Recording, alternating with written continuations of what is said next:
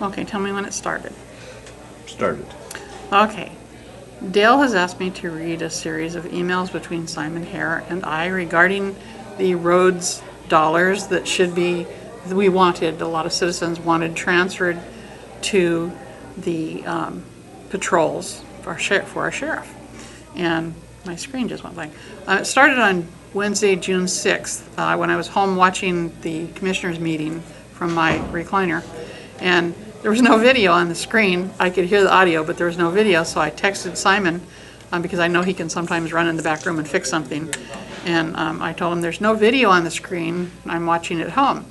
And then apparently he left his phone on his desk, and he didn't get my message, but he answered later at 11:17. He said, I was late for the first time only by a minute. I left my cell at my desk. I'm not sure why there was no video. I'll check. And I said, well, about 7 minutes into the recording, the video came on. Good meeting. With what Wally's working on about Joko is owed by the ONC, we may have an answer in 2 years if this gets filed soon. Then that $1 million will be a true bridge to at least the next 2 years. Seems it's a point Cuffs and the anti-levy folks can all agree on. Unusual to see support from both sides for the same thing. I hope your fellow commissioners are going to be receptive to this. Simon says, I think I'm warming to the idea of using $500,000 over 2 years as a loan. Give a chance for Dave to try his rural resident deputy idea. I said, $500 per year? I said, what is the rural resident deputy program? Because I hadn't heard about it.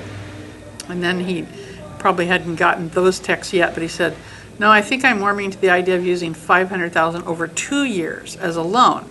He says, Sheriff Daniels wants deputies to live and work out of rural high schools, say IV and NV, North Valley and Illinois Valley. Under the current budget, we're able to maintain the current level of patrol. This would be an addition. I said, well, you can do the $2 million over 2 years. Remember, it's doable, because I looked at the budget personally.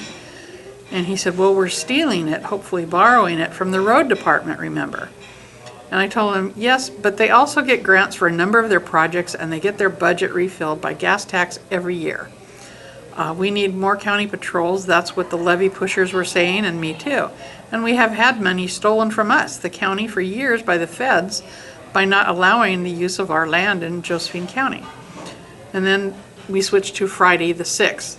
I said, good morning, Simon. I just wanted to give you my thoughts on stealing money from the road department. Really, all the money we pay in taxes in whatever form was taken from the taxpayers to pay for what the taxpayers need their government to do. In times of short funding, all that money still belongs to all the taxpayers, not to any particular department. Department managers, and I know this because I used to be one, get possessive of their funds because it allows them to do a good job. But should their department ever run short, you'd probably have to pull in other departments' contingency funds to cover for that department that ran short. This $1 million could be a bridge for 2 years, allowing those crimes that the sheriff said were up 850% to be dealt with. Remember to take care of the other end. The DA needs help, and no one gave them anything either. How do you prosecute crimes the sheriff has made arrests for? Why bother arresting people if we can't prosecute them?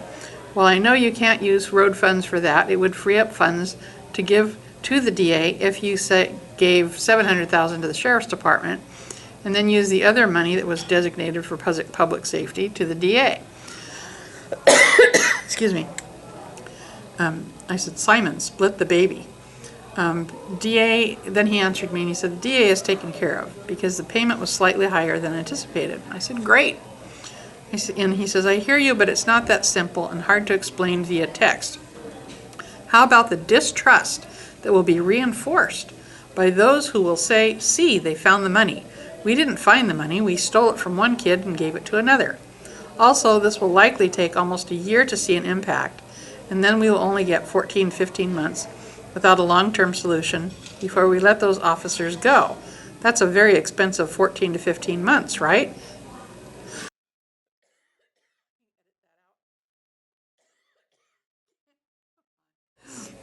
Excuse me.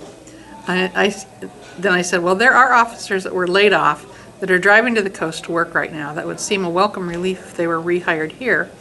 And the cat's out of the bag now about the road dollars. Now your public awaits to see which commissioners will do the things most needed.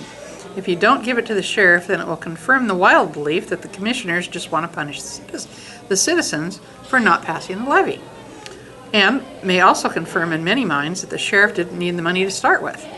Be wise. These officers have even contacted people here telling them they would love to come back, and I don't know their names.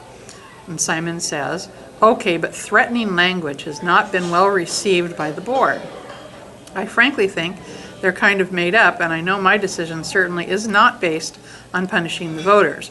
I respect their decision. That's why after a $1.48 levy, I've never publicly supported a levy. Also, having voted all attempts to fund public safety down, does the public really want patrols? I think that's a very real question, don't you? My response was no. And I just left it lay there for a while, and then he answered me and he said, okay, I've been wrong before. There was that non-binding question 2 to 3 years ago where people said at 75% that the service level wasn't meeting their needs.